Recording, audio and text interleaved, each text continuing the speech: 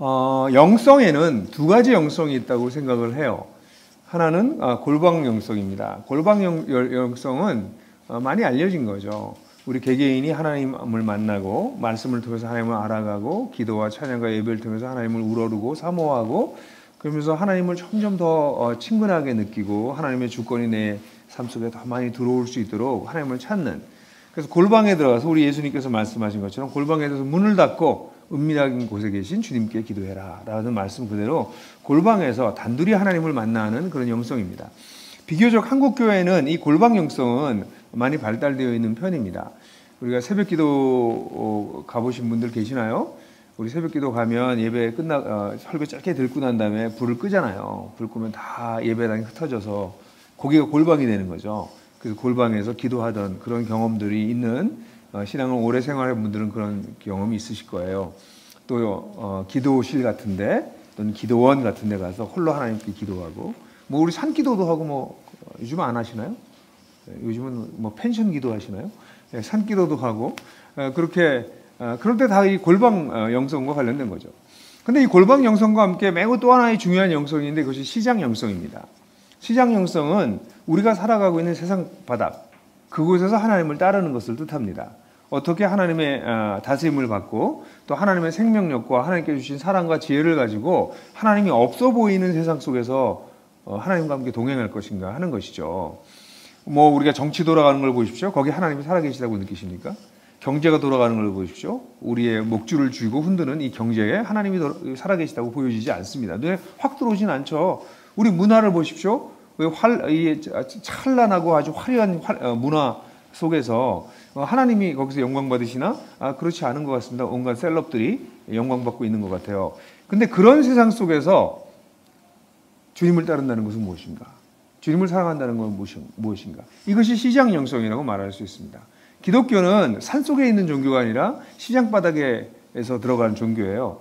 우리 신약 성경이 헬라어가 코이네 그릭이라고 불리는데, 코이네 그릭이라는 말과 또 클래시컬 그릭 이렇게 둘로 헬라어를 나눠요. 근데 클래시컬 그릭은 책을 쓸 때 주로 쓰이는 건데 성경이 놀랍게도 클래시컬 그릭으로 쓰이지 않고 코이네 그릭으로 쓰여졌는데, 코이네 그릭은 일반 사람들이 이야기하는, 시장에서 얘기하는 헬라어가 코이네 그릭입니다.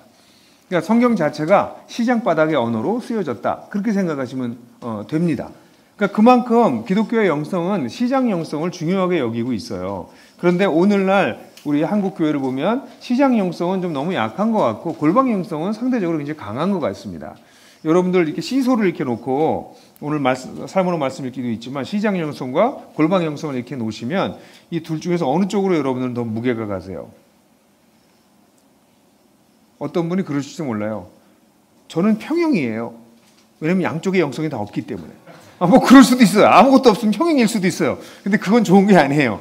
제가 지금 어쨌든 여러분들에게 묻고 싶은 것은 여러분들의 영성은 어느 쪽에 더 무게가 있나를 한번 생각해 보시고, 이게 둘 다 묵직하게 균형을 잡고 있으면 참 좋겠다, 그런 생각을 하면서 오늘 저는 여러분들과 함께 이 시장 속에서 어떻게 예수님의 제자로 살아갈 것인가에 대한 이야기를 좀 나누려고 합니다. 베드로전서 4장 1절부터 11절까지 제가 번역한 번역, 좀 딱딱하지만 그래도 그 번역을 가지고 같이 한번 읽어보도록 하죠. 시작. 그러므로 그리스도께서 육체로 고난을 당하셨으니 여러분도 같은 뜻으로 무장하십시오. 육체로 고난을 당한 사람이 죄와 관계를 끊었기 때문입니다.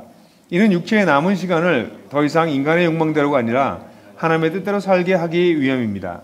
왜냐하면 여러분이 사람들의 욕망을 행하여 방탕과 정욕과 술 취함과 환락과 난교 파티와 역겨운 우상숭배에 빠진 것은 지나간 시간으로 충분하기 때문입니다. 이와 관련해 그들은 여러분이 방탕한 동일한 경륜에 함께 내달리지 않는 것에 놀라며 비방합니다. 그들은 산자와 죽은 자를 심판하실 준비가 되신 분에게 답변을 해야 할 것입니다. 이를 위하여 죽은 자들에게도 복음이 전하여졌으니 그들이 사람을 따라 묵체로는 심판을 받으나 하나님을 따라 영으로는 살게 하려 합니다. 만물의 마지막이 가까웠습니다.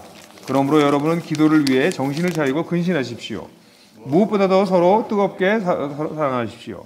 사랑은 허다한 죄를 덮어주기 때문입니다. 불평 없이 서로 환대하며 각자가 은사를 받은 대로 서로를 위해 그것으로 섬기되 하나님의 여러 가지 은혜를 맡은 선한 성직으로서 하십시오.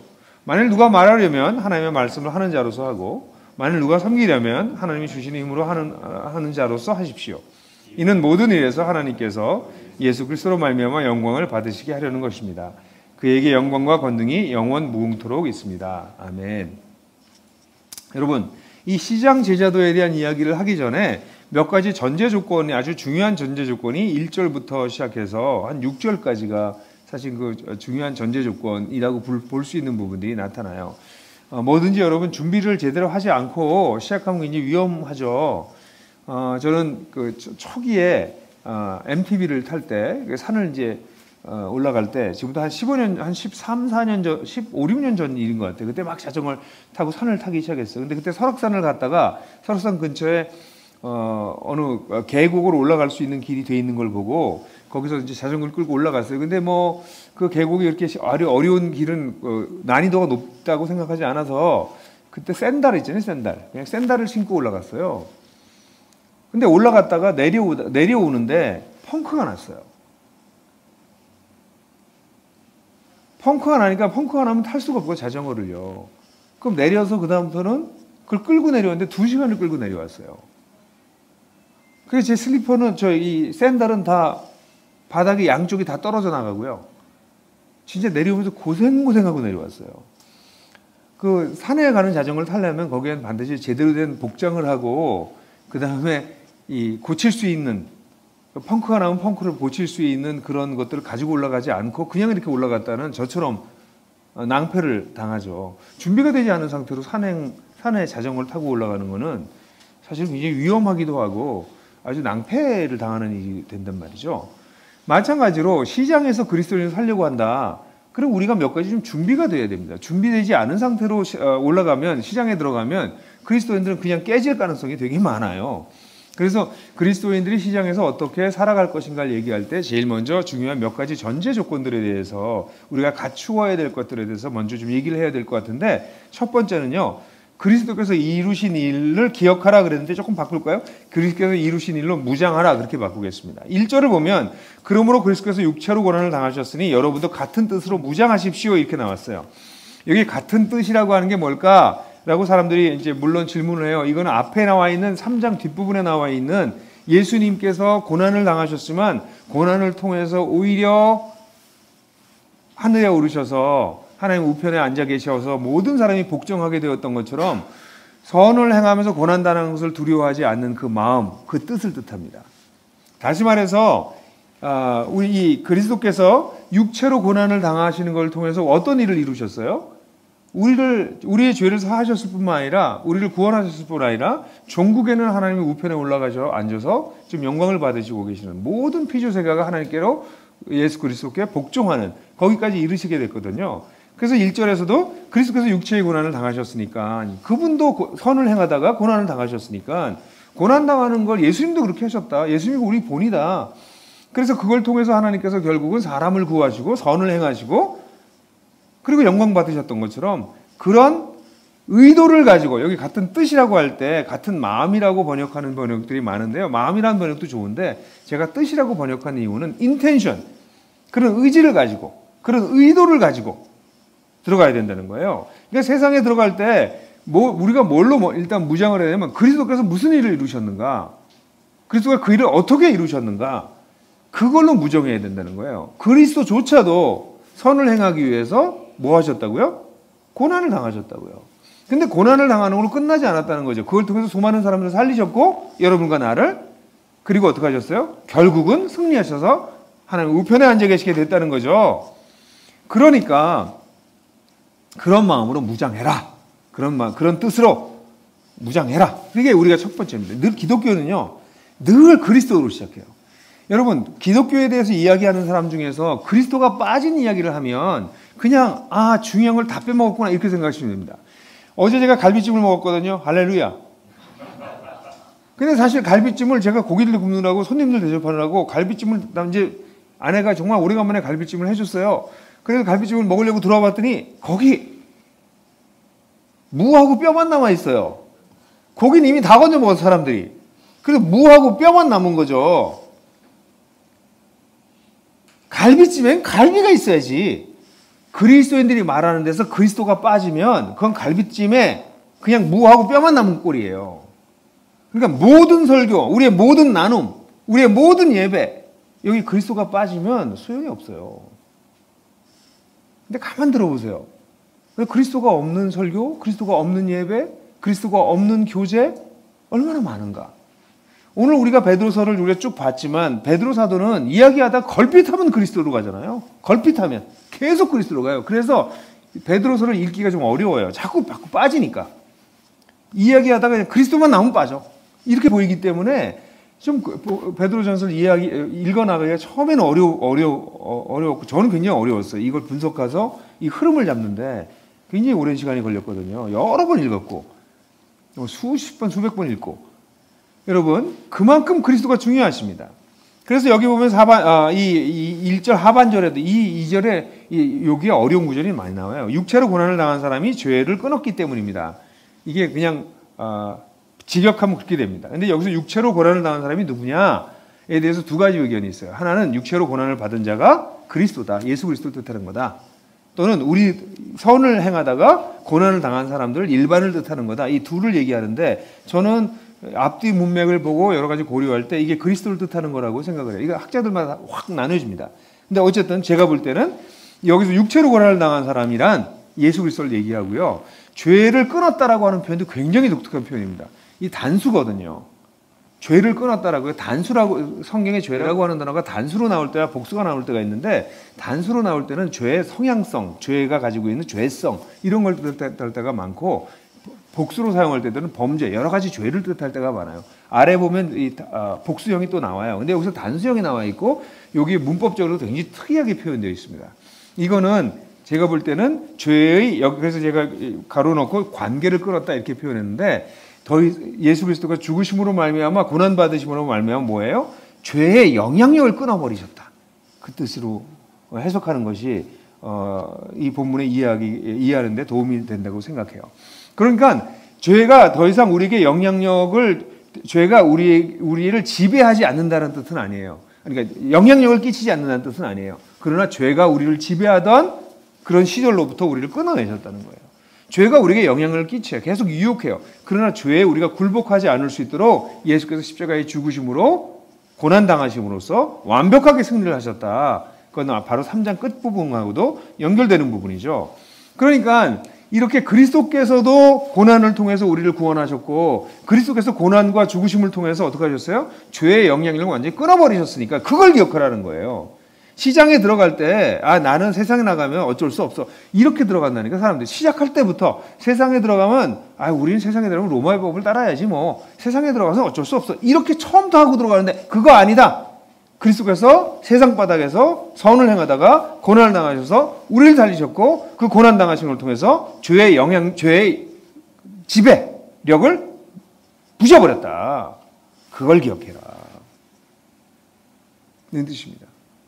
그러니까 처음부터 그리스도인은 들어갈 때부터 이길 생각하고 들어가야 되는데 세상에 들어갈 때부터 질 생각하고 들어간다는 거예요. 대부분의 사람들이. 그러지 말고 같은 뜻으로 뭐 하라고? 무장하십시오. 이 단어는 무장하라는 단어가 딱 맞는 단어예요. 전쟁에 나갈 때 준비하듯이 이렇게 무장하고 나가라 이렇게 딱 얘기하는 거예요. 그 다음에 해야 될 건 2절과 3절을 보면 여기 이 표현이 이 크로노스라고 하는 시간이 반복돼서 나와요. 육체의 남은 시간을 그 3절에 보면 지나간 시간을 이게 두 가지 제가 일부러 대조하기 위해서 이렇게 번역했어요. 이 시간이 두 가지 시간이 있어요. 하나는 육체의 남은 시간, 하나는 지나간 시간. 그러니까 이거는 이 단어를 보면 딱 나타나네요. 뭐죠? 우리가 예수를 믿기 전에는 어떤 거예요? 지나간 시간이에요. 예수가 믿고 난 다음에 뭐예요? 육체의 남은 시간이 남은 거죠. 뭐 하냐면 우리 인생에 남은 날을 세야 된다는 거예요. 여러분, 인생은요, 시간으로 구성되어 있어요. 크로노스, 흘러가는 시간으로 구성되어 있어요. 이 흘러가는 시간 속에 우리가 어느 날 예수를 만나요. 그럼 예수를 만나기 전에 지나간 때예요. 예수를 만나면 이제 육체에 남은 때가 생기는 거죠. 근데 많은 사람들이 이 시간에 대한 개념을 별로 갖지 않고 살아요. 그냥 하루하루 그냥 살아요. 근데 이 중에 시간은 어떻게 생각하냐? 사람들은 시간을 수도꼭지에서 나오는 물처럼 생각해. 아무 때나 줄줄줄 나오는 걸로 생각해요. 그래서 시간을 물 쓰듯이 해요. 앞으로 이제 그 단어가 없어질 거예요. 생태계가 어려워지면 물 쓰듯 일단 큰일 날 일이 벌어질 거예요. 근데 지금은 시간을 물 써도 돼. 물이 그냥 아무렇게 흘러나오니까. 아니에요. 정확하게 얘기하면 물통에 든 물이에요. 여러분의 인생이 큰 물통의 인생인지 아니면 뭐 요만한 페트병의 물일지 아니면 정말 요 200ml짜리 물일지 몰라요. 우리 언제 죽을지 모르기 때문에 사람마다 다 물통의 사이즈가 다르고요. 근데 문제는 계속 물이 나오고 있다는 얘기예요. 그 얘기는 뭘까? 사람마다 시간이 점점 줄어서 남은 세월이 뭐가 한 거예요? 점점 적어지고 있다는 거예요. 근데 사람들은 마치 지금까지 살아온 것처럼 앞으로도 계속 그렇게 쭉 살 줄 알아요. 그렇게 생각을 해. 아니라는 거예요. 남은 세월이 남는다는 거예요. 그러니까 인생을 살 때, 우리가 세상 들어가서 살 때 우리가 두 번째 가져야 될 생각은 나의 날수가 영원하지 않구나. 나의 날수가 제한되어 있구나. 내 인생도 곧 끝나는구나. 라는 생각을, 그런 의식을 가지고 살아야 된다는 것이죠. 이 남은 대로 뭘로 채울 거예요? 지금까지는, 여기 보면 그 전에는 그 2절에 보면 더 이상 인간의 욕망대로가 아니라 하나님 뜻대로 살게 하기 위함이다. 그러니까 지금까지는 우리가 어떻게 살았어요? 나 인간의 욕망에 따라서, 내 욕망에 따라서, 그냥 내가 하고 싶은 대로, 내가 주인이었으니까. 내 눈에 보이는데 좋은 대로, 내가 사람들에게 잘 나타낼 수 있는 어떤 것으로, 내 그냥 마음에 끌리는 대로 그렇게 살아왔다는 거죠. 근데 이제 그렇게 살지 말고 이제부터는 뭘 하라고요? 하나님의 뜻을 따라 이 남은 세월을 살라는 것이죠. 실제로요, 저는 이제 수많은 예수를 믿는 사람들을 만나게 되는데, 나이가 들어서 예수를 믿는 분들은요, 어느 날 예수님을 발견하잖아요. 그러면 지나온 세월을 굉장히 아쉬워해요. 내가 미리 주님을 만났으면 얼마나 좋았을까. 내가 40 넘어서 50 넘어서 어쩌면 60 넘어서 이제 내가 주님을 만났으니 이거 어쩌면 좋냐. 난 세월을 다 주님 없이 살았구나. 그래서 나머지 이제 남은 시간이라도 잘 살아야지. 이런 마음을 가지고 사는 분들이 많아요. 반면에 젊어서 예수를 믿은 사람들은 그게 감사하긴 하죠. 그래서 젊어서 예수를 만났으니까 참 다행이다 라고 생각하는데, 그래서 그 감사함을 가지고 더 치열하고 열심히 사는 분들도 일부 있지만, 굉장히 많은 분들은 아직 시간이 좀 많이 남았다고 생각해요. 그냥 그렇게 살았으니까 그렇게 사는 거지 뭐. 이렇게 생각해서 젊은 시절에 주님을 만나고 사실은 다른 사람들보다 어떤 면에서 굉장히 빠른 시간에 하나님의 세계를 발견하고 좀 더 하나님께 더 깊이 들어가서 그분을 따라갈 수 있는데, 이런 감격이 좀 적은 거죠. 하나님 없이 사는 것에 얼마나 허무함과 이 무가치함에 대한 생각이 별로 없으니까, 하나님 미리 만난 사람들은 치열성이 약간 떨어지는 경우들이 좀 있어요. 그뿐만 아니라 죄를 많이 안 져봤거든요. 젊어서 예수를 믿은 사람은 죄를 많이 안 져봐서 죄를 짓는 걸 약간 동경하는 경향까지 있어요. 안 해봤으니까. 근데 예수를 나중에 나이 들어서 믿은 사람은 할 거 다 해봤거든. 그게 정말 쓸데없고 더럽다는 걸 발견했거든요. 개가 토하는 것을 지나가지 않으려고 그러는데, 젊어서 예수를 믿은 사람들은 또 그 개가 토한 게 또 좋아 보여. 약간 좀 이상하죠. 여러분, 여기에서 우리 모두에게 해독제가 될 수 있는 것은 여러분들의 생애가 생각하는 것처럼 4, 50년 계속 가지 않을 가능성이 있다는 걸 아시는 겁니다. 주님께서 우리를 언제 불러가실지 모릅니다. 아무리 의학이 발달되고 뭐 보험이 되었어도 생명은 하나님께 있는 겁니다. 그리고 내 인생이 얼마나 남았는지 모릅니다. 오늘이 마지막일 날일 가능성이 늘 있다는 생각을 하고 사는 게 맞습니다. 그래서 세상에서 살 때 우리가 가져야 될 생각은 나의 남은 세월을, 인생의 때를 세보는 것입니다. 그리고 그런 마음을 가지고 세 번째 우리가 전제해야 될 것은 뭐냐면, 3절에 보게 되면 사람들의 욕망을 행하여서 방탕과 정욕과 술취함과 환락과 난교 파티와 여러운 우상 숭배에 빠진 것이 지난 세월로 충분하다 그랬는데, 이게 인간의 욕망들입니다. 이 단어들이요, 그냥 일반적인 단어인 것 같지만 이 단어들이 좀 번역하는데 좀 어려움이 있긴 한데, 왜냐면 많이 사용되지 않는 단어도 있고 그래서. 근데 그 단어 하나하나를 잘 살펴보면 처음에 시작하는 단어가 방탕이에요. 이 방탕이라고 하는 단어가 영어로는 뭐 debauchery, sensuality, licentious, immorality 뭐 다양하게 번역하고 있어요. 근데 이게 이 원래 이 단어의 뜻을 보면 이게 경계를 넘어간다는 뜻을 좀 뜻합니다. 경계 밖으로 넘어가는 거예요. 예? 이게 방탕이라고 제가 그냥 번역을 했어요. 그러니까 선을 넘어가는 거. 그러니까 사람은 언제 사람이 방탕하다라고 생각하는 거냐면 우리가 인간이 인간으로 살아야 될 어떤 법도가 있어요. 다. 그게 사람마다 약간씩 다른다 할지라도 그 선이 있는데 그 선을 넘어가기 시작하면 방탕해지는 거다라고 얘기할 수 있어요. 그러니까 이걸로 시작해요. 선을 넘어가는 걸로 시작돼요. 선을 넘어가면 그 다음에 어떤 일이 나오냐면 여기 그 다음에 나오는 욕망이라는 단어는 자주 나오는 단어예요. 우리 속에 정욕이라고 번역했어요. 대부분 부정적으로. 근데 이런 선을 넘어가는 것이 우리 욕망을 막 부추깁니다. 우리 속에 있는 것을. 그래서 그 다음에 나타나는 게 술 취함이에요. 그래서 그 욕망, 이 술 취함에는 여기 술 취함을 특별히 예로 들었는데 이거는 고대 사회에 지금도 그렇지만 이 술 취하는 거가 사회적으로 굉장히 많은 모습을 나타냈기 때문에 술 취함을 특별히 얘기했어요. 여기 예를 든 것들은 여기서부터는 예를 든 건데 이거는 고대 사회에 더 많이 나타났던 모습이에요. 그러니까 그런 욕망을 술 취함으로 확 들어가 버리는 거죠. 일종의 거기 사로잡히는 거지, 술에. 근데 이 술에 사로잡히고 난 다음에 그 다음에 나오는 단어는 활락이라고 번역했는데 이 단어는 이 활락이 뭐냐면 술만 마시는 게 아니라 거기에 성적 타락도 같이 있는 거예요. 활락. 네? 그러니까 이게 하나 더 하는 거지. 술만 취하는 게 아니라 거기다 그 다음 걸로 또 이제 더 하나 더 붙는 거예요. 이게 주로 여기서 성적인 타락이 들어가요. 그 다음에 나온 단어는 제가 이걸 뭐 그냥 연회라고 번역할까 그러다가 아예 그냥 난교 파티 이렇게 그냥 번역해 버렸는데 그 이유는 뭐냐면 이거는 그렇게 활락을 집단적으로 모여서 하는 파티예요. 예? 술 마시고 이렇게 하는 거가 집단적으로 모여서 하는 거예요. 같이. 예? 이게 난교 파티가 우리나라 지금 보면 이 포르노 사이트 같은 데 보면 이런 게 다 있더라고요. 그러니까 이게 지금 세상 사람들이 보이지 않게 보이는 모습이거든요. 그리고 난 다음에 나오는 게 가증한 우상숭배라고 나와. 여기를 보세요. 이 단어들을 보면 점점 가중되는 욕정을 보게 됩니다. 사람은 처음에 약간 선을 넘어가요. 근데 선을 넘어가면서 그 다음에 우리의 욕망이 막 자극돼. 그 다음에 나타나는 것은 그것에 사로잡히는 거예요. 술 취한다는 것은. 근데 사로잡히고 난 다음에 사로잡힘으로 끝나는 게 아니라 또 다른 놈이 들어와. 붙어. 그래서 이걸 강화시켜요. 강화시키고 난 다음에 어떻게 나 혼자 하지 않고 집단으로 같이 해. 그리고 이 뒤에는 실제로는 사람을 끌어다니는 우상이 있는 거죠. 이런 특성을 숙지하시는 것이 필요합니다. 한번 빨려 들어가기 시작하면 어디까지 가냐면 집단으로 다 같이 그런 짓을 하는 데까지 간다는 거예요. 뭐 아주 극단적인 예를 하나 들어볼까요? 여러분, 사람들이 성에 대해서 부정적이고 잘못된 생각을 굉장히 많이 가지고 있어요. 성은 굉장히 아름다운 거예요. 근데 저도 어릴 때부터 성을 좀 제대로 배웠었으면 좋았을 텐데라는 생각을 너무 많이 해요. 저도 예수를 다 믿고 난 다음에야 이미 제가 성의식이 왜곡되어 있다는 걸 발견했어요. 그러니까 우리 성이라고 하는 게 아주 아름답게 지킬 수 있는 선을 어릴 때부터 가르쳐줘야 되는데 애들은 처음부터 이걸 포르노부터 배우거든요. 애들 야동부터 배우거든요.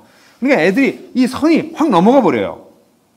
처음부터 아예 성을 처음에 접근할 때. 그러니까 어릴 때부터 잘 가르쳐야 되는데 우리 한국에 있는 대부분의 사람들은 이미 다 넘어가 버렸습니다. 확 넘어가 버렸어요. 그러니까 방탕에 벌써 빠져버린 거야. 성적으로 그렇게 생각하면 안 되는 것까지 이미 생각해 버렸어요. 그러고 나면 그게 뭐예요? 우리 속에 있는 성적인 욕망을 계속 자극해. 그럼 성적 욕망을 자극하면 그 다음에 뭐에 탐닉하기 시작해요. 그 야동 같은 거 막 들여다보는 거예요. 계속 야동 보는 거죠. 야동을 보다가 야동 보는 게 충분하지 않아. 그럼 야동 플러스 그 다음에 뭐가 들어가요? 폭력이 덧붙여져. 잔인한 폭력 같은 게 야동과 같이 섞여져요. 그 다음에 뭐가 나와요? 그 행분방이 나오는 거예요. 그 다음에 이걸 집단으로 해요. 이 뒤엔 뭐가 있어요? 돈과 쾌락을 추구하는 현대의 우상이 있는 거예요. 보셨어요? 이게 이렇게 흘러가는 거예요. 그러니까 건강한 의식인데 건강한 의식을 넘어가. 그럼 우리 욕망을 자극해. 거기에 탐닉해. 거기다 뭘 더해. 그 다음에 다 같이 해. 그 뒤엔 뭐예요? 우상이 있는 거예요. 이게 우리가 살고 있는 현대사회에 우리가 접근하는 거예요. 그건 목사님 좀 지나친 얘기네. 좋아요. 딴 얘기 합시다. 많은 사람들이 스트레스를 풀어야 됩니다. 우리 속에 있는 스트레스는 푸는 게 맞잖아요. 그죠? 근데 스트레스를 풀기 위해서 푸는데 이걸 건강하게 풀어야 됩니다. 근데 건강하게 푸는데 뭐 게임 같은 거 할 수 있어요. 게임하면 나쁜가요? 아니, 게임 난 좋다고 생각해요. 저는 안 해요. 왜냐면 게임을 하면 저는 거기 중독될 가능성이 많아요. 뭐 하면 그 게임이나 뭐 몇 가지는 제가 하면 안 좋겠다 나한테. 시간을 너무 많이 뺏길 것 같고 왜냐면 그런 거 하면 자기 잊어버리거든. 게임 잠깐 하면서 좀 이렇게 스트레스 풀고 그러면 좋죠. 근데 게임을 하다가 그다음 뭘로 가요?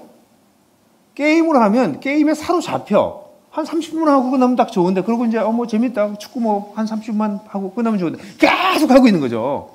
그럼 그 다음에 뭐가 일어나? 게임 중독이 일어나요. 게임할 생각만 계속 하는 거야. 뭐 옛날에 당구 치던 사람도 그랬어요. 당구 막 하면 그냥 이거 다 당구 알로 다 보이는 거지. 뭐 동그란 건 다 뭐 사람 머리도 이렇게 보이고 뭐 그런데요. 예? 그게 일종의 중독이 일어나는 거지. 근데 중독이 일어나면 그 다음에 뭐가 붙어요? 이상하게도 돈이 붙어. 도박이 붙어요. 게임하고 도박이. 그래서 도박한다고 사람들이. 게임하고 도박. 그리고 난 다음에 그걸 친구들이 집단적으로 권유한다고. 그 뒤에 뭐가 있어요 또? 쾌락과 돈이 또 있어요. 이 중독과 돈이. 이게 작은 문제가 아닙니다. 청소년 도박에 대해서 제가 알아보니까 2015년부터 4년 사이에 청소년 도박 중독으로 이거를 치료를 받은 사람이 4년 사이에 2015년부터 14배 폭증했습니다. 지금 상황이 끔찍하네요. 우리 청소년들 사이에. 그러니까 치료자의 숫자가 14배가 했는데 이 도박 중독은 대부분 스포츠와 게임 도박이에요. 스포츠 도박, 게임 도박. 그 도박을 애들이 하더라고요. 이 도박의 98.5%가 온라인입니다. 오프라인으로 하는 게 온라인 도박의 98.5%야. 그러니까 지금 단순히 애들이 게임하면 얼마나 좋아요? 게임하고 좀 스트레스 풀고 또 공부도 하고 친구들하고 만나고 밖에 나가서 놀기도 하고 그러면 좋은데 게임을 하기 시작하면 게임만 하는 거죠. 계속 게임만 하는 거죠. 그 다음에 거기에 뭐가 들어가? 돈이 들어가는 거죠. 뭐 처음엔 아이템도 사고 뭐 이런 거 하다가 나중엔 아예 돈으로 들어가서 도박으로 들어가 버리는 거죠. 도박하다 그 다음에 친구들이랑 같이 하고 결국은 그런 커뮤니티에 들어갔다가 완전히 망가지는 거죠. 여러분 이게 이것만 얘기할까요? 아니 뭐 주식도 난 좋다고 생각해요. 주식도 적당하게 하는 건 난 의미가 있을 수 있다고 생각해요. 그런데 그게 탐욕 때문에 움직여가지고 그 선을 넘기 시작하고 주식을 대박 나야 되겠다 생각해가지고 늘 주식을 생각하고 있는 거죠. 한쪽 화면에 해놓고 이번에 스마트폰에도 주식 이걸 계속 보여주는 자료가 있더라고. 계속 그거 보고 있는 거예요. 그건 중독된 거죠, 그 사람이. 그럼 거기서 그 다음에 더 넘어가기 시작하지. 세상이 다 이런 방식인 거예요. 초기에는 일정량은 괜찮아요. 근데 넘어가기 시작하면 그것이 이게 결국 그 여러분들 이걸 아셔야 돼. 내가 여기 사로잡혔다라고 생각하면 그때 위험한 거예요. 이미 위험한 거예요, 여러분들. 그거 늘 생각하고 있다. 위험한 거예요. 아주 사소한 것부터 그래요. 여러분 스마트폰에 중독돼 있다고 다. 아침에 일어나서 제일 먼저 뭐 잡으세요? 스마트폰 키세요? 자기 전에 맨 마지막까지 보고 있는 게 뭐예요? 스마트폰이 있어요. 그럼 여러분 중독된 거예요. 그래서 우리 훈련해야 돼요. 어떤 면에서는. 9시 이후에는 스마트폰을 저기 갖다 놓는 거지. 아침에도 일어나서 그거 안 보는 거지. 성경 모국 큐티 다 하고 난 다음에 보는 거지. 그런 훈련들이 필요해요. 이게 세상의 속성, 이게 인간의 욕망, 세상에서 우리를 사로잡는 욕망의 특성이 이렇다는 것을 이해하시라. 한번 잡혀 들어가면 어떻게? 쭉 끌고 들어가는 것이라는 거예요. 그 뒤에 뭐가 있어요? 우상이 있다는 거예요. 이 시대에 우상이 있다는 거예요. 그래서 이런 특성이 있다는 걸 우리가 이해하고요. 이런 걸로 살았다는 게 충분하다라고 하는 걸 우리가 기억하는 게 필요해요. 그래서 맨 마지막에는 그 다음에는 4절부터 6절 사이에 계속 나오는 건데 이러한 것들을 세상에서 우리가 강요한다는 거예요. 왜냐하면 4절을 보게 되면 4절 표현이 참 재밌어요. 이와 관련해 그들은 여러분이 방탕한 동일한 경륜에라고 제가 번역했는데 여기 보면 방탕한 좀 심한 이 단어가 이 경륜이라는 단어는 일부러 제가 그렇게 번역. 이 단어가 한 번밖에 사용되지 않아서 번역하기 어렵지만 이게 와일드 스트림 막 흘러내려가는 물 또는 홍수 같은 거예요. 홍수.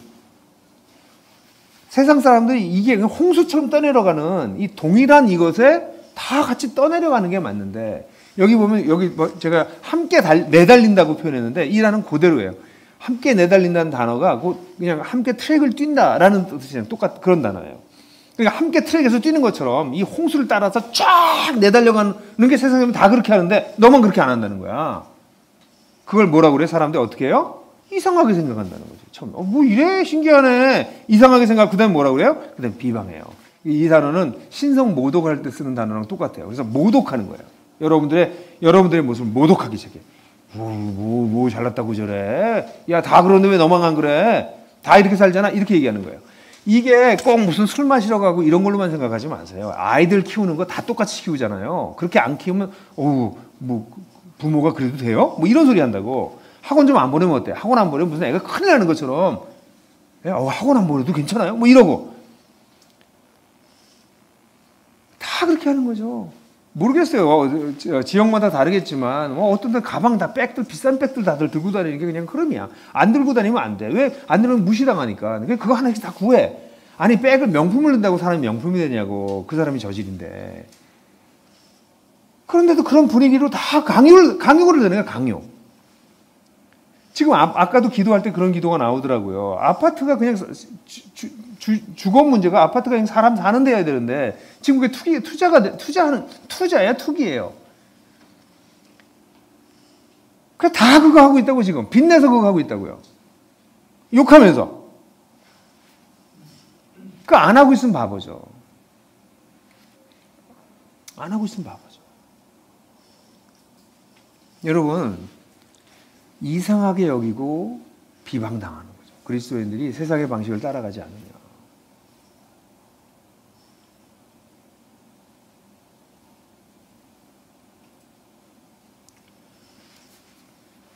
나이가 들어가니까 저희 친구들이 이제 점점 은퇴하기 시작해요. 그리고 이제 은퇴해서 살 삶을 생각하고 이미 은퇴한 친구들도 있고. 근데 이제 저는 은퇴할 생각도 없고 앞으로 할 일도 너무 많고 나이가 들었으니까 이제 조금 속도를 좀 줄여가면서 일해야 되겠다는 생각을 하지만 그렇지만 열심히 사는 건 여전히 열심히 살고 있는 것 같아요. 그러니까 친구들 중에서 일부가 하나님을 잘 모르는 친구 또는 교회를 다니는 친구들조차도 형구야 너는 너무 욕심이 많아. 이해 좀 천천히 가. 그러니까 이해 못하는 거죠. 이거 일종의 개인적인 특성으로만 이해하는 거죠. 개인적인 욕심으로만. 너 어릴 때부터 그랬잖아. 제가 어릴 때 그랬대요. 사람도 이해 못해요. 그러니까 점잖게 얘기했지만 그게 비방이 될 수 있죠. 쟤는 너무 애가 치열하고 저 옛날부터 그랬잖아. 그냥 지금도 그래. 이렇게 이해를 하지 못하니까. 그런데 이런 강요가 이게 다양한 강요가 있어요, 여러분. 세상에서 여러분들을 강요하는 게 한두 가지가 아니야. 이런 강요를 제가 다 얘기하지 몇 가지만 예를 들어드린 거예요. 그럼 이런 걸 당할 때 이걸 어떻게 극복할 수 있어요? 5절을 보게 되면 그런데 그들은 산자와 죽은 자를 심판하실 준비가 되신 분에게 답변해야 할 것입니다. 여러분들 비방하는 사람들은 나중에 산자와 죽은 자 앞에 서서 답변을 해야 될 거예요. 너는 왜 거기서 그렇게 경륜을 따라 살았는데 경륜 따라 그게 잘못 살았다나 거기에 대해 답할 뿐만 아니라 경륜 따라 살지 않고선 제대로 살려고 하는 사람들을 왜 비방하고 그들을 무시했는데 거기에 대해서 답을 해야 된다는 거예요. 기독교의 신앙은요 늘 뭘로 시작해요? 그리스도로 시작해서 종말로 끝나요. 그리스도 때문에 우리는 변화된 사람이고요. 종말 때문에 우리는 다른 종류를 살 수 있는 거예요. 이 두 가지를 놓쳐버리면 기독교는 거의 전부 다 놓쳤다고 봐도 과언이 아니에요. 마지막 날 그들이 하나님께 답변해야 할 것이다.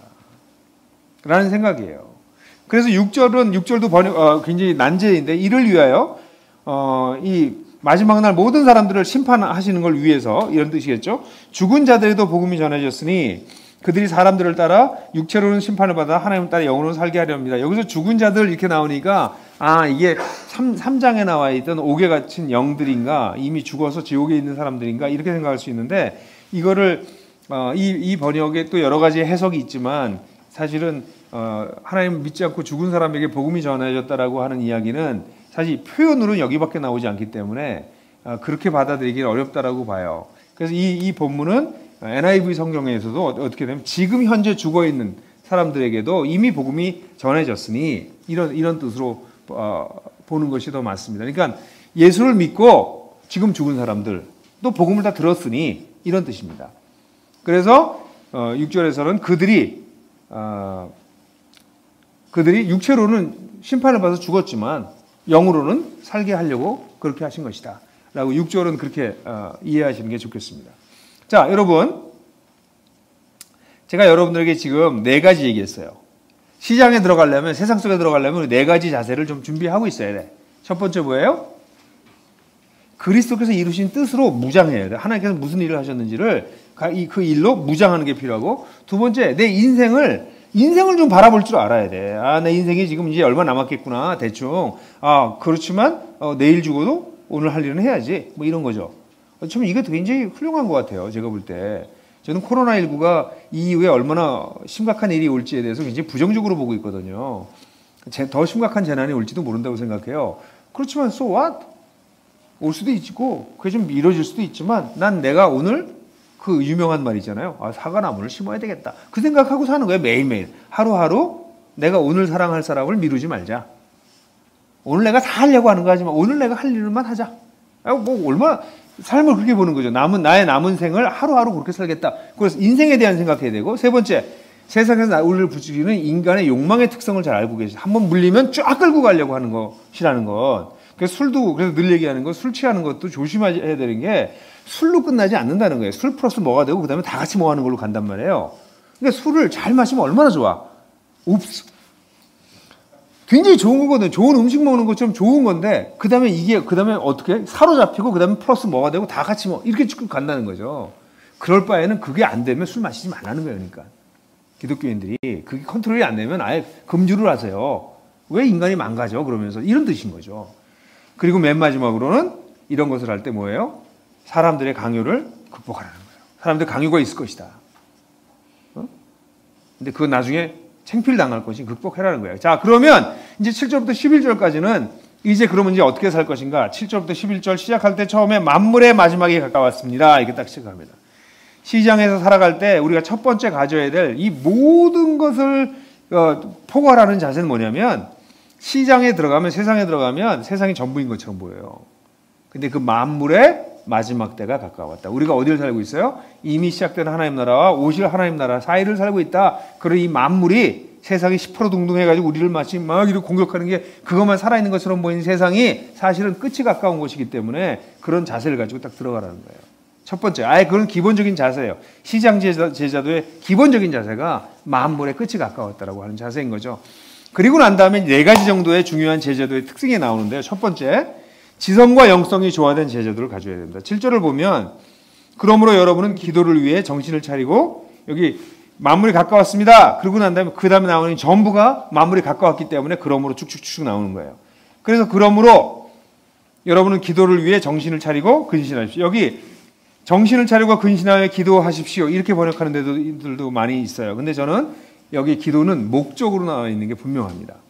기도를 목적으로, 아예 어떤 성경은 그렇게도 번역했어요. 기도를 목적으로, 그러니까 영성이 있어야 돼, 우리가. 근데 영성이 있기 위해서 뭐가 있어야 된다고요? 정신을 차리고 근신하여. 정신을 차린다는 게 뭐예요? 클리어 마인드, 바로 생각하는 거예요. 사운드 저치먼트, 건전한 판단. 이거 지적인 작용입니다. 여기 조심해라. 여기 보면 정신을 차리고 근신하십시오. 근신이라고 하는 거는 뭐예요? 깬 정신, sober. 앞에도 나왔어요. 이게 뭐냐면 술 취한 상태가 아니라 맑은 정신, 이런 뜻이에요. 이게 뭘까요? 기도를 하기 위해서 이렇게 가지고 기도를 해라. 이렇게 번역되기보다는 정신을 차리고 근신해서, 그래서 기도를 위해서 그렇게 해라. 이런 뜻입니다. 다시 말해서 영성이 있기 위해 뭐가 있어야 되느니, 여기서는 지성이 있어야 된다는 거예요. 아까 골방 영성과 시장 영성이 있는 것처럼 오늘날 그리스도인들에게는 영성과 지성을 분리시키는 경향이 있어요. 근데 기독교의 영성은 지성에 근거한 겁니다. 생각하지 않고 영적으로 깊어지는 건 이상한 일입니다. 그러니까 저한테 그런 질문을 하는 사람도 있어요. 목사님의 자료들은 너무 인텔리를 위한 자료가 아닙니까? 이렇게 얘기를 해요. 아니라고 얘기를 해요. 교수들도 생각 안 하는 사람들한테는 이게 불편한 거고요. 학력이 없어도 생각하는 사람들에는 어렵지 않아요. 생각하는 게 중요해요. 그러니까 구원받는다는 것은 생각도 새로워지는 것이에요. 사고 능력도 새로워지는 것이에요. 바른 판단력을 갖게 되는 것이에요. 이 지성이 없이는 안 돼요. 근데 얼마나 많은 교회가 생각은 목사가 하고 성도는 믿기만 하라고 하는 데가 있는지 모르겠어요. 그래서 이런 얘기를 해요. 저한테 와서. 무슨 얘기를 하고. 근데 우리 목사님은 그렇게 얘기 안 하시는데? 나도 목사거든요. 그러니까 우리 목사가 얘기하는 건 맞는 거예요, 전부 다. 아니, 그러니까 당신이 생각하셔야지. 이 목사는 이렇게 하고 저 목사는 저렇게 얘기하면 당신이 생각해 보셔야지. 생각 없는 기독교 때문에 광장이 시끄러운 겁니다. 사람들이 조작당하기 때문에.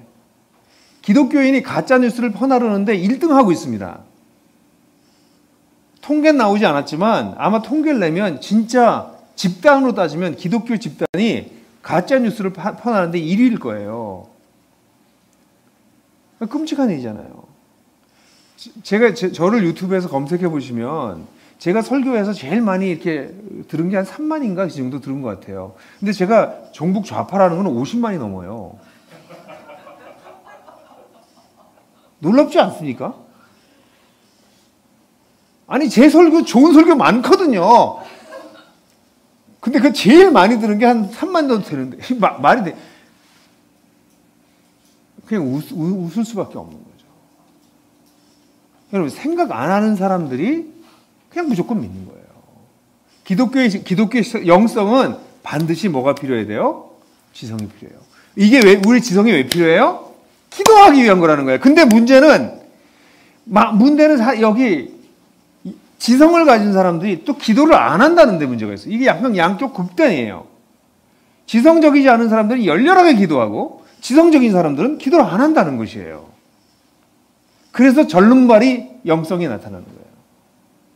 기독교의 영성은 생각도 많이 하고 고민도 많이 하고 사려 깊은데 기도도 깊어지는 것이에요. 이 두 가지가 같이 있는 것이라고. 지성과 영성이 조화되는 제자들을 가져야 돼요. 왜? 그래야 세상 속에 들어가서 속아 넘어가지 않고 세상에 우리를 속이는 수많은 것들을 간파해낼 수 있고 세상에 보이지 않는 거대한 세력을 알아낼 수 있고 그 뒤에서 움직이고 있는 이 구조와 아주 교활하게 움직이는 문화적인 요소들을 파악해낼 수 있는 것은 지성이 하는 것이죠. 귀신 내어 쫓는 것처럼 기도한다고 그 귀신이 보이냐고, 자본주의 귀신이 보이냐고. 나는 귀신 내어 쫓는 사람들 중에서 자본주의 귀신 본 사람이 한 명도 못 봤어요. 내가 볼 때 제일 센 귀신이 자본주의 귀신인데 귀신 내어 쫓는 사람들 중에서 그런 자본주의 귀신 얘기하는 사람 한 번도 못 봤어. 만몬이라고 하는 게 신이라고요, 신. 근데 왜 그놈은 못 보냐고. 제일 큰 놈인데. 오히려 예수 안 믿는 그냥 인문과학자들은 자본주의가 그런 영향을 끼치고 있다고 다 파악하고 있는데 예수 안 믿는데도. 그래서 이 두 가지가 뭐 해야 돼요? 조화를 이루셔야 돼요. 세상에서 시장제도의 핵심입니다. 두 번째는 그거와 함께 뭐예요? 사랑의 수고가 있는 제자도입니다. 8절에 보면 무엇보다도 서로 뜨겁게 사랑하십시오. 이건 여러분들 기억나시죠? 여러분들 현재를 진실한 사랑에 이르렀으니 이제 뜨겁게 사랑하십시오. 거기에 똑같은데 거기서는 뜨겁게가 부사였고 여기는 뜨거운 사랑을 가지십시오 이렇게 표현돼서 형용사로 표현됐을 뿐이지 똑같은 단어예요. 뜨겁게. 뭐예요? 뜨겁게가 뭐라고 그랬어요 제가? 몸으로 시간과 에너지를 써서 그렇게 사랑하라는 거예요. 말로 하지 말고 진짜 그렇게 희생하며 사랑하라는 거죠. 우리의 기독교의 궁극적인 목적은 사랑에 있습니다. 우리가 기도를 열심히 하는 것도 더 사랑하기 위한 것이고요. 어떤 면에서는 우리가 더 지성을 발전시키는 것도 사랑하기 위해서. 뭘 사랑하기 위해서? 하나님을 사랑하고 이웃을 사랑하기 위해서. 근데 하나님을 사랑하는 건 눈에 보이지 않고 이웃을 사랑하는 것은 눈에 보이니 눈에 보이는 형제를 사랑하지 않으면서 하나님을 사랑한다고 어떻게 말할 수 있겠느냐? 그게 요한사도가 하신 말이죠. 요한일서에서. 그래서 하나님 사랑한다고 아무리 뻥쳐도 사람을 사랑하지 않으면 다 가짜다. 요한일서 그렇게 얘기한 거예요. 거짓말하지 마라. 이렇게 얘기하잖아요. 그러니까 결국 제자도가 표현되는 건 뭘로 표현돼요? 골방에서는 하나님을 그렇게 사랑할 수 있지만 그게 결국 어디서 표현돼요? 시장에서 사랑하는 걸로 표현된다는 거예요. 어떻게? 뜨겁게. 근데 이 뜨거운 사랑이 어떻게 되냐면 허다한 죄를 덮느니라 이렇게 나왔어요. 죄가 덮는데요. 사랑이 죄를 덮는데. 이 덮는다는 단어는 여기 덮는다는 동사로 썼지만 덮게라는 단어가 앞에 한번 나왔어요. 너희가 자유하나 자유를 가지고 너의 죄의 덮개로 쓰지 말고 하나님의 종으로 살라. 기억나세요? 2장 16절? 그러니까 우리가 덮고 살아야 되는데 죄를 뭐예요? 자신의 자유로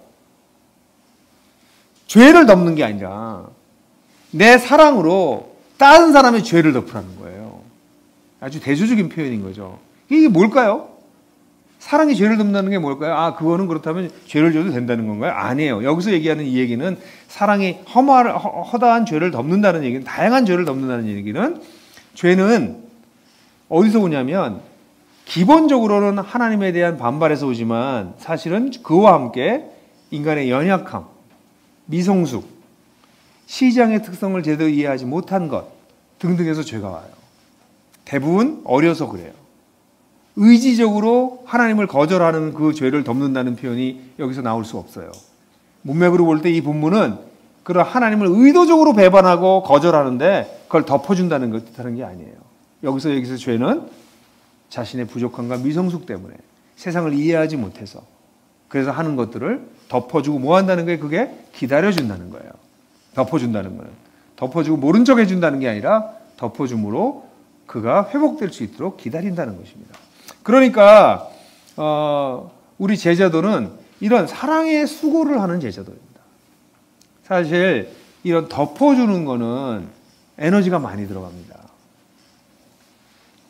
견뎌야 되기 때문에, 기다려야 되기 때문에 에너지가 굉장히 많이 들어가는 것을 깨닫습니다. 여러분들이 사랑을 하다가 못하겠다 이런 생각이 드세요? 그거 잘하고 있는 거예요. 그게 진짜예요. 못하겠다라는 생각이 안 드는데 사랑하는 건 참 수월한 사랑이에요. 그건 뭐 누구나 다 하지 뭘 못하겠습니까? 예수님도 말씀하신 것처럼 너희를 사랑하는 사람을 사랑하는 건 누구나 다 한다. 이방인들도 다 그렇게 한다. 원수를 사랑해라. 이 얘기는 뭐예요? 사랑하기 힘든 사람도 견뎌준다는 얘기거든요. 시장 바닥에서 우리가 해야 될 건 누구를 해야 돼요? 그런 사람들을 사랑해야 돼요. 힘든 사람들을 기다려주고 견뎌주고. 회사에서도 어떤 때는 내 직장 상사지만 회사에서 직장 상사지 하나님 편에서 보면 그 사람은 아직 하나님 모르는 사람이고 영적으로 태어나지도 않은 사람이고 여러분 영적 아이나 영적 청년이나 영적 부모쯤 됐잖아요. 그럼 한참 차이가 나는 사람이에요. 그러면 긍휼히 여기는 눈으로 보셔야지. 그래서 아이고 얘 하나님을 몰라가지고 저렇게 말을 함부로 하는구나. 막 여러분 모욕하는 말을 하고 이러면 아이고 저 사람 나중에 하나님 앞에 가서 다 얘기를 해야 할 때가 올 텐데 저 어떡하나. 여러분들 막 괴롭히는 말하고 막 강요하고 막 그러는 친구들 보면서 아이고 참 안 됐다. 다 나중에 하나님 앞에 가서 책임져야 할 텐데 저걸 겁도 없이 저렇게 하네. 긍휼히 여겨야 되는 거예요. 그게 죄를 덮고 사랑하는 걸 뜻하는 거예요. 여기서 서로를 그렇게 하라는 거예요. 직장에서 그렇게 하시라고. 근데 여기서 이 본문에서는 은근히 이 본문의 흐름이 공동체로 쓱 넘어가는 느낌이 들긴 합니다. 그래서 7절에 보면 무엇보다 서로를 뜨겁게 사랑하십시오. 그래서 서로가 세상 사람들도 뜻할 수 있고 근데 그들이 우리를 그렇게 사랑하는 상호적인 것이 아니니 여기서 서로를 좀 공동체의 개념으로 좀 넘어가는구나 라는 느낌이 들 거예요. 당연해요. 왜냐하면 이 8절 하반절부터 9절부터 11절까지는 공동체적인 제자도를 얘기하기 때문에 그래요. 그래서 8절을 보면 무엇보다 서로 뜨겁게 사랑하십시오. 사랑 허다한 죄를 덮어줍니다. 그리고 9절에 보면 불평 없이 서로 환대하며 나오죠. 불평 없이 서로 관대하며 이 시장과 공동체가 연결되는 부분이에요. 그러니까 서로 사랑하는 거는 시장에서도 그렇게 하고 공동체에서도 그렇게 하고. 그러니까 우리는 사랑이 뭐예요? 그러니까 집 밖에서도 사랑하고 집 안에 들어와서 사랑하고. 집 밖에서 새는 바가지가 집 안에서 샌다. 그게 부정적인 게 아니라 집 밖에서 사랑하고 집 안에서 사랑하고 교회에서도 사랑하고 세상에서 사랑하고 서로 사랑하는 게 우리의 뭐예요? 아주 특성, 트레이드마크가 되도록 하라는 거죠. 그런데 그렇게 되려면 이런 것을 서포트해 줄 수 있는 공동체가 있어야 됩니다. 공동체적 제자도가 있을 때 시장의 제자도를 이길 수 있습니다. 9절 보면 불평 없이 서로 환대하라 이렇게 나와 있습니다. 이거 아마 공동체 내에서 더욱더 적극적으로 사랑하라는 것을 뜻하는 것 같아요. 비교하지 말고 좀 더 많이 섬겨 주어라 공동체 내에서. 사실 요의 배경은 당시에 그리스도인들이 서로 그 공동적인 생활을 많이 했거든요. 그래서 경제적으로 그래서 돈을 뭐 같이 내서 n분의 1로 나누고 이런 게 아니라 서로 대접하면서 같이 살아갔거든요. 근데 그들 중에서 어떤 사람은 더 많이 대접을 받아야 되겠죠. 그죠? 그러면 어떻게 했어? 쟤는 밤낮 저렇게 돈만 받아. 이렇게 불평하지 말고 서로 환대해라. 그런 뜻도 포함하고 있고 이걸 오늘날로 얘기하자면 세상에 들어가서 굉장히 힘들게 어려움을 겪고 온 친구들 가정교회 와서 계속 자기 힘들다는 얘기할 때 왜 자기만 힘들다고 저러냐. 그렇게 불평하지 말고 사랑하라는 겁니다. 여기 특별히 그 환대한다는 표현은 외인을 사랑한다라는 단어가 이렇게 합쳐져 있어요. 바깥 사람을 사랑한다 이런 뜻이에요. 그러니까 여기서 얘기하는 건 특별히 거기서 한 걸음 더 나가서 우리 공동체를 찾아오는 사람들을 그들을 잘 받아줘라. 이런 면에서는 우리 나들목의 가정교회가 조금은 걱정되는 면도 있어요. 너무 자기네들끼리 좋아해. 그래서 밖에 사람들을 데려오는 거를 약간 누가 방문한다 그러면 오지 말라고 그래? 뭐 이러고요. 심한 경우에는 가정교회 들어오려고 하는 사람 심사하는 그런 이단적 가정교회도 있더라고. 그 이단이에요. 아니 가정교회 누구 오려고 그러면 우리가 만나보고 우리랑 맞는지 안 맞는지 보겠다. 아니 당신이 클럽을 하는 거야? 교회인데? 교회는 온갖 교인들이 오는데 근데 당신 가정교회는 당신이 정한다고? 교회를 당신이 주인이구만. 그 이단이지. 그건 이단이에요. 가정교회가 아니에요. 어디 감히 사람을 자기가 평가를 해. 그럼 당신은 하나님 나라에 못 들어갔어요. 그러니까 그건 말이 안 되는 거예요. 그런 분들이 있다는 소문을 내가 풍문으로 들었는데 그게 그건 풍문이지. 그게 실제로 가능이나 하겠어요? 그건 말도 안 되지. 근데 우리 공동체에 누가 들어온다고? 그럼 우리가 다 알아봐야지. 말도 안 되는 소리지. 그건 말이 안 돼요. 그러니까 성경은 뭐 하는 거예요? 외인들을 사랑으로 받아들이고 하나님께서 나한테 주신 사람이면 그 어떤 사람이든지 그를 끝까지 사랑하려고 하는 게, 뜨겁게 사랑하는 게 그게 공동체죠. 그죠? 정말 그런 분들 조심하세요. 하나님이 내치실까 봐 걱정이에요. 하나님 앞에 당신은 받아들여질만 하냐고. 그죠? 그래서 우리 그리스도의 기본적인 자세가 이렇게 모르는 사람, 자격 없는 사람, 어려운 사람, 그런 사람들을 사랑하는 것. 그런 게 공동체 제도의 기본이에요. 그게 아주 기본으로 깔려 있는 거야. 그리고 난 다음에 9절에 보면, 10절에 보면 각자 은사를 받는다. 하나님께서 우리에게 은사를 주세요. 공동체를 섬기기 위해서 다양한 은사를 주세요. 그걸 가지고 2절에 보면 그 다음에 은사를 받은 대로 그것으로 섬기되, 여기 좀 이 표현이 좀 강조되어 있어요. 그 은사로 섬겨라. 여러분 사람마다 은사가 다 달라요. 그걸로 열심히 섬기라는 거죠. 예? 그러니까 뭐 저 같은 경우에는 말씀을 전하는 게 제 은사라고 생각하기 때문에 제 시간에 가장 많은 시간을 말씀을 연구하고 설교 준비하는데 써요. 목사님 좀 나가서 전도를 더 하시죠. 아니 전도도 중요하죠. 목사님 좀 더 많이 신방을 하시죠. 아니 신방도 하고 전도도 하고 다 못해요. 제 가장 중요한 은사가 이거니까 이거에 집중하는 것이 그것으로 섬겨라. 여러분 은사가 뭐예요? 하나님이 다 주셨거든요. 각자. 그럼 그 은사를 따라서 열심히 하라는 거죠. 그러면서 말하기를 3절에 보면 10절에 보면 여러 가지 은혜를 맡은 선한 청지기로서 우리의 자기 정체성이 뭐예요? 공동체 속에서 다 청지기야. 선한 청지기. 이 단어를 썼을 때 베드로 사도가 예수님 생각이 안 났겠어요? 예수님 마지막 가르칠 때 청지기 얘기 많이 하셨거든. 예수님 마지막 주간에 가르치셨던 이 올리브 감람산에서의 강화에서 선한 청지기 얘기를 많이 하셨어요. 그러니까 선한 청지기 생각을 아마 했을 거예요. 그러니까 우리가 선한 청지기로서 해야 된다는 거예요. 그러면서 예를 들어줘요. 예를 들자면 11절에 만일 누가 말하려면, 이거 주로 설교를 하는 걸 뜻하는 거겠지만 단순히 설교만이 아니라 가정교회 서로 이야기할 때 말을 하려면 하나님의 말씀을 하는 자로, 여기 다 생략되어 있긴 해요. 근데 이 말씀을 하는 자로서, 그러니까 이게 말할 때 이게 내 말을 막 뱉어대는 것이 아니라 하나님께서 주신 말씀을 하는 자로서 해라. 그런 정체성을 가져라. 왜냐하면 난 청지기예요. 청지기는 뭡니까? 하나님이 나한테 맡겨주신 걸 가지고 하는 거잖아요. 그러니까 내가 무슨 말을 하려고 그럴 때도 그 말이 하나님께서 나한테 맡겨주신 걸로 하는 거다. 네? 그런 말을 좀 걸러서 하자. 내가 하고 싶은 말 막 해야 되는 사람이 아니라 청지기니까. 그렇게 그런 자세로 해라. 또 봉사를 하려면 그 봉사를 할 때 무슨 힘으로 해요? 하나님께서 주신 힘으로. 하나님께서 주신 힘으로 봉사하는 사람으로서 해라. 그게 다 청지기 정신인 거예요. 은사도 우리에게 주셨죠. 생각도 우리에게 주셨죠. 말도 우리에게 주셨죠. 여기 만약에 만약 구제를 하려면 하나님께서 돈을 맡겨주신 자로서 해라. 이렇게 나올 거예요. 네 돈으로 하는 거 아니다? 이렇게 얘기하시는 거죠. 그러니까 그리스도인들은 구제를 많이 하고도 제가 했거든요. 이렇게 얘기하지 못하는 게, 아니 그게 네 거였어? 하나님 맡긴 건데 당연히 그렇게 해야지. 당연하게 생각하는 거죠. 청지기로서, 그러니까 공동체 제자로 이렇게 함께 살아가는 데 있어서 우리에게 매우 중요한 자세가 뭐예요? 바로 청지기예요. 하나님이 나한테 다 맡겨주셨다. 그걸 가지고 이렇게 왜 이 얘기가 갑자기 난데없이 튀어나올 걸까요? 세상 속에서 그리스도인으로 살려면 서로를 지탱해주는 공동체가 있어야 되고, 그 공동체는 서로 사랑하는 것, 서로 환대하는 것을 기초로 하고 있지만 그 공동체에서 은사로 서로를 뭐 해야 돼요? 서로 섬겨줘야 돼요. 서로 봉사한다는 게 뭐예요? 서로 사람들을 세워주는 거예요. 서로 세워줘서 뭐 하는 거예요? 세상 나가서 세상 거스려 살아갈 수 있도록 도와주는 걸 뜻하는 거죠. 그래서 그렇게 하라고 얘기하고 있어요. 사실 이 본문은 베드로전서 2장 5절에서 너희가 하나님께 드려질 제사를 드릴 수 있는 거룩한 제사장이 됐다. 신령한 집으로 지어져서 그 말씀에 이어지는 말씀이에요. 우리 모두가 제사장이라는 거죠. 이 본문은 사실 제가 여러 번 얘기하는 종교개혁의 강령인 만인 제사장, 뭐 번역이 틀렸다고 제가 얘기했죠. 전신자 제사장, 모든 신자가 제사장이라고 하는 걸 다시 보여주고 있어요.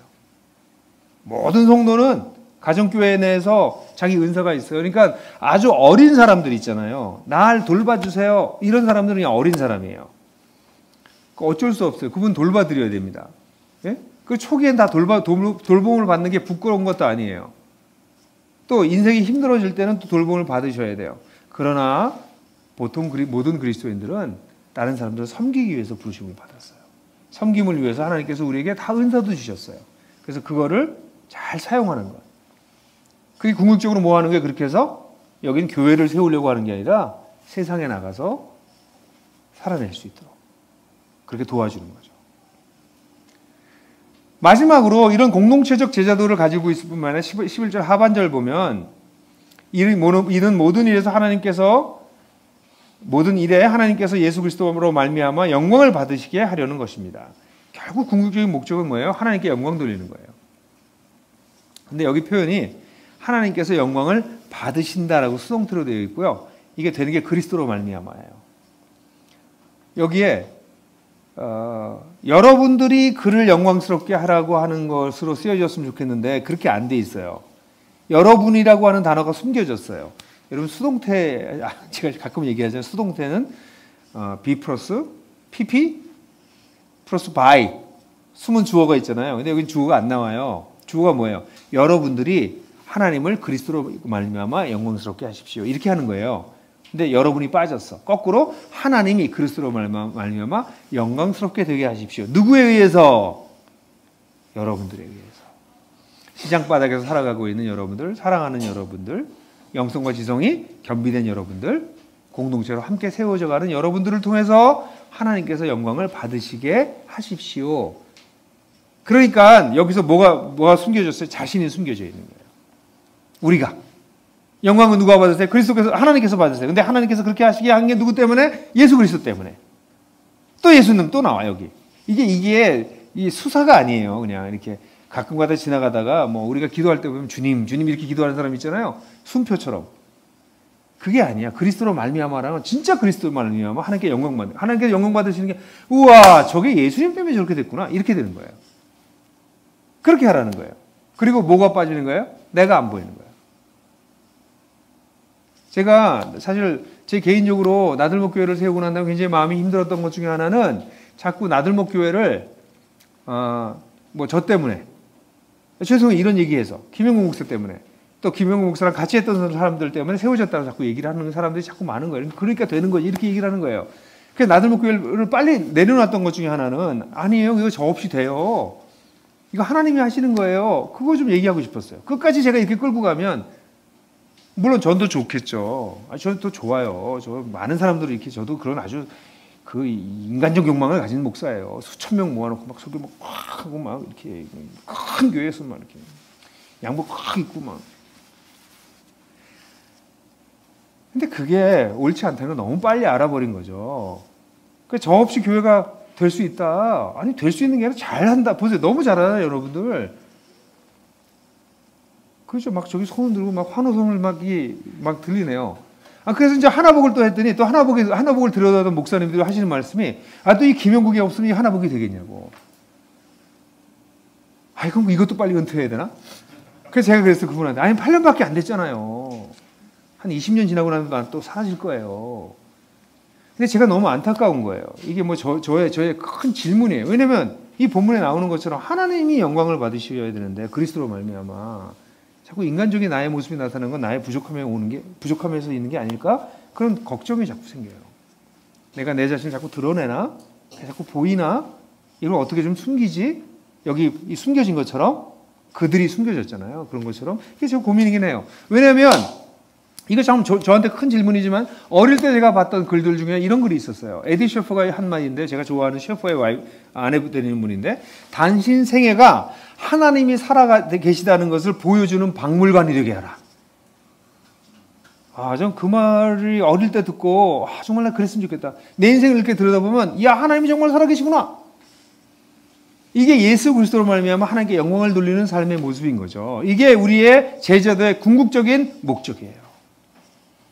우리는 드러나지 않고 우리의 약함을 오히려 바울 사도가 얘기하는 것처럼 우리의 약함을 자랑하고 그리스도가 드러나는 하나님이 영광 받으시는 그 제자도가 우리 궁극적인 목적인 거죠. 여러분, 우리의 제자도는, 우리의 영성은 골방에서 영성이 아무리 깊어도 세상 속에 들어가서 영향력을 끼치지 못한다면 그건 질문을 다시 던져봐야 됩니다. 뭔가 심각한 것을 놓친 것이에요. 우리가 매일매일 살아가고 있는 그 시장 바닥에서 우리의 영성을 드러내야 됩니다. 목회자들도 똑같더라고요. 목회자들은 목회 현장이 그게 영성이 그냥 드러날 것 같죠. 거긴 더 위험한 영성들이 있어요. 그래서 정말 영성을 드러내야 됩니다. 모든 사람이 자기의 삶의 터전에서 영성을 드러내도록 하나님께서 부르셨어요. 저는 나들목 교회를 처음 시작할 때부터 그런 꿈을 꿨어요. 우리 교회를 통해서 많은 사람이 회심했으면 좋겠는데, 회심하는 이유가 찾는 이와 함께하는 예배에 사람들이 와서 뭐 연극도 하고 뭐 뮤지컬도 하고 와 이런 데가 다 있나, 그래서 예수를 믿게 되는 거가 아니라 시장에서 변화된 우리의 성도들, 시장 바닥에서 변화된 성도들을 보고 예수를 믿는 일이 생겼으면 더 좋겠다, 그런 생각을 해오고 있었어요. 제가 이 설교를 다시 들어보니까 2005년에 제가 결론 부분에 했던 얘기가 있더라고요. 짧은 음성 파일인데요. 한번 들어보실래요? 나들목 사랑의 교회를 통해서 저가 소망하는 게 그겁니다. 나들목 사랑의 교회에 찾는 이와 함께하는 예배에 와서 예배가 너무나 세련되고 예배가 연극도 하고 너무 아주 버라이어티고 뭐 이래가지고 참 좋다, 그래서 와서 거기에 약간 콕 껴가지고 예수를 믿게 되는 사람들도 있었죠, 여기요? 그런 일도 있기를 바라요. 그런데 저는 나들목 사랑의 교회가 훗날 알려지기는 나들목 사랑의 교회의 가족들의 변화된 모습, 그들의 시장에서의 삶의 모습을 보고 많은 사람들이 하나님에 대한 관심을 갖기 시작했고 예수를 믿게 됐다. 나들목 사랑의 교회가 많은 전도를 했고 많은 사람을 회심시킨 것은 찾는 이와 함께하는 예배보다 변화된 성도들의 삶의 모습이었다, 시장에서의 그들의 제자의 모습이었다는 말을 듣게 되기를 소원합니다. 그것이 하나님이 궁극적으로 우리를 향하시는 하나님의 뜻입니다. 네. 15년이 지났네요. 그 15년 동안 우리 교회에서 많은 사람이 회심했습니다. 찾는 이와 함께하는 예배가 분명히 중요한 역할을 했습니다. 그러나 아마 여러분들 지금 설교를 듣고 계신 여러분들 중에서 굉장히 많은 분들이 내가 이 교회를 오게 된 것은 찾는 이와 함께하는 예배도 역할을 했지만 사실은 누구 때문이야? 누구 때문에 그를 보고 이 교회에 왔었어? 그런 분들이 굉장히 많을걸요. 그리고 와서 하나님을 만나게 됐어, 이렇게 얘기하는 분들이 적지 않을 거예요. 전 이 일이 더 가속화되기를 간절히 바라요.